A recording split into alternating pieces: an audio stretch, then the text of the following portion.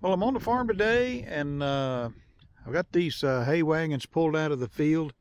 Been running my Massey 50 over there, kind of shuttling them around. I'm laying plans to start working on this field a little bit.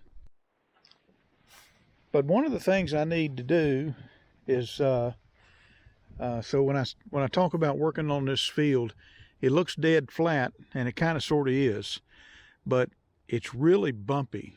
The way the dirt settled and packed in that thing when I worked it up last year, I mean it's bad. If you take a boom sprayer across it, you'll just about beat the arms to death. My pendulum Kubota fertilizer spreader, if you make any speed at all, I'm just thinking I'm going to snap that spout off. Even the guy that put the lime down, when he come off the field, he said, "What did you do to that field?" So I'm going to be, see if I can step out of the wind here a little bit, maybe.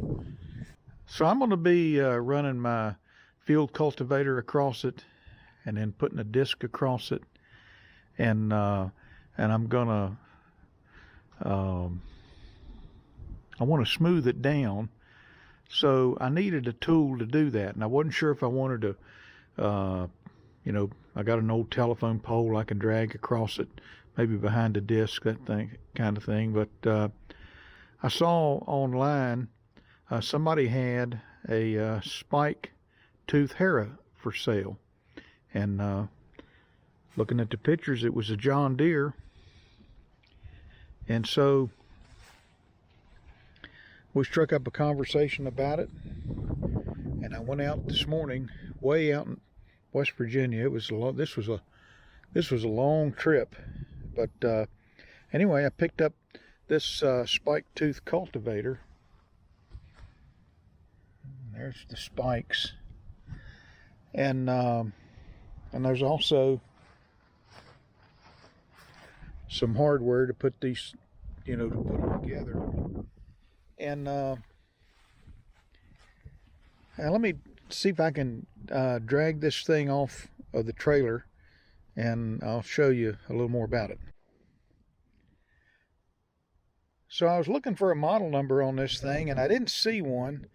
In the pictures I did see, John Deere. And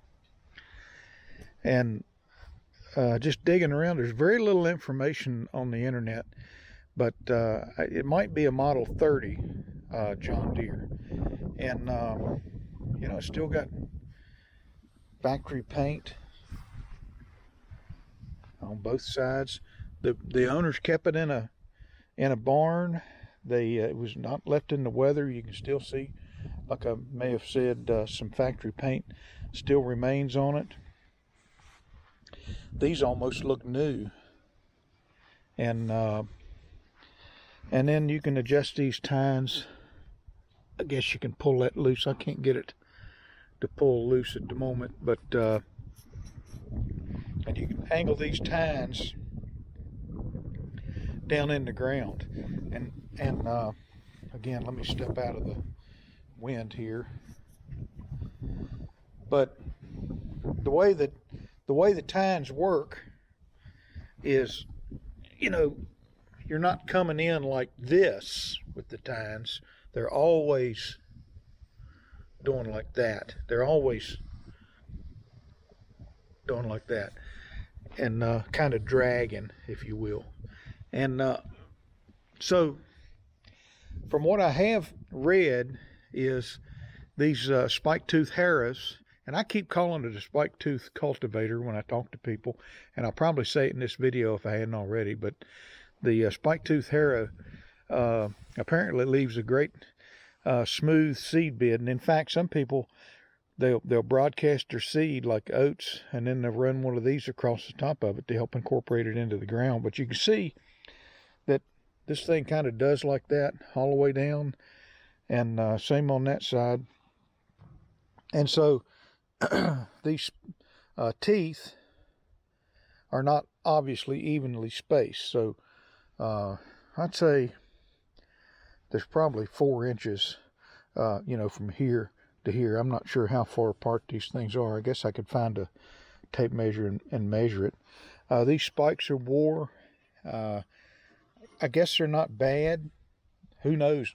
You know, if somebody knows in the comments, it might have been that they were, you know, that much longer. But I think for what I'm doing, it'll be just fine as far as, you know, once I get this ground worked up, doing the final pass on it. And I think this will be better than dragging some kind of homemade drag across the field to just kind of smooth everything out. And not really using this necessarily to level the field, although I think it'll help. But it'll take the ridges out of the where, you know, where the disc goes across it, and anyhow, just a few other things here that I can think of before I pull the thing out on the ground. When I looked at the pictures, you know, you see this and you think, well, this is just a flimsy piece of sheet metal that's bent, and you know, it does flex, and but it's not. It's actually like a small little I-beam. I don't know if you can see that or not, but it's actually like a little I-beam, and they've and it's that way on this too, and they formed it so it's actually a pretty kind of a heavy-duty little piece of equipment here, and it is John Deere. I think they made these things in the 50s. I ordered a brochure off of eBay, and just to get a little better insight picture of it, but I didn't pay very much for it. It was a little more than scrap price, but I think you know, I think I got something here. The previous owners, they had used it to just kind of drag their fields down where they had cattle, just to knock the manure down. They weren't even using it in the application that it was intended, and they got rid of their cattle, so they were clearing some barn space, and decided to put this on the market. And the funny thing is, he said that they had 2 or 3 people that were interested in it, and they just never would show when they were supposed to. And so when I called and said, I'll be there tomorrow, give me a time, he's like, okay, come on. And but let me drag this thing out on the ground and this side, and then I'll pick up on the video a little bit. So while I got this thing off my trailer and kind of standing up here, you can see the spike tooth, these spike teeth. And so there's 1, 2, 3, 4, 5 rows of them going that way. And then there's your adjustment lever, and that's got a linkage here that all of them can move at one time. And I'm seeing some new hardware on here in a couple of places, on this one and like on that one right there. So they've done a little bit of work on this thing, and you can see it. It sort of kind of looks flimsy, but I'm telling you, this thing is, you're probably not going to hook this up to your 8R tractor, but this thing would work great behind my Massey 50 or my Farmall 350, or really any tractor I got. I want to say it's 6 foot wide. Well, no, it can't be, because this trailer's 10 feet long, so it's probably 5 feet wide, and they just fit on there almost to a T. I was surprised. Normally when I haul stuff out on this trailer, something's hanging over the side. And but anyway, I'm going to set this thing down, and I'm going to get the other one out, and I'll show you a little bit more. All right, so I pulled this thing out, and the other pieces that came with it was this tube right here and this tube right here. And these two pieces bolt together right here, and that on each end, And here in the middle, the ends of these two, basically, they have a little chain that slides over that hook. And so the overall width of this thing, and nothing scientific here, well, you're close to 11 foot, but probably, I'm guessing it would pull in some, and maybe this is a 10-foot. This is probably, if there's a catalog on this, this is probably a 10-foot arrangement here, and both of these things being, well, let's see here. See if I can manipulate this tape measure without messing it up. So from there to there, it's just a tick over 5 feet. So might as well call them 2 5 feet. 2 5-foot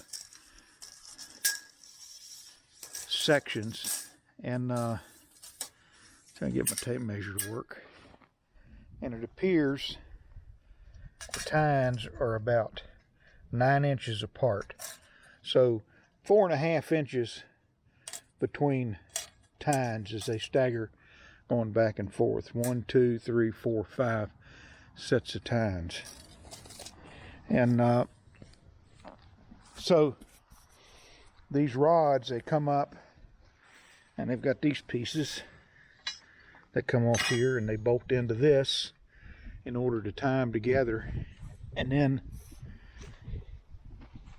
the previous owner, and maybe this is the way John Deere, maybe this is the way it came from the factory, but there's a chain right here that kind of, you can hook to your drawbar and give it a pull. I'm not sure that's how they used it. He had all the parts. Maybe they did. I really don't know. And then there's a chain down here, and I'm not sure what the purpose of that chain is. Whether it's to tie those two pieces together to kind of to draw them in. I would think you'd want them pull straight perpendicular to these poles right here.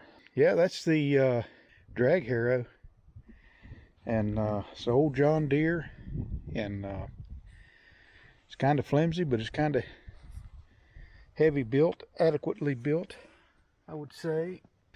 Anyway, the latest addition to the fleet of equipment here on the farm. Looking forward to giving this thing a try. If anybody knows anything about these, or maybe the model number, or any info at all, leave them in the comments. I'll read those. I'm just going to leave it right here, and we'll talk to you later.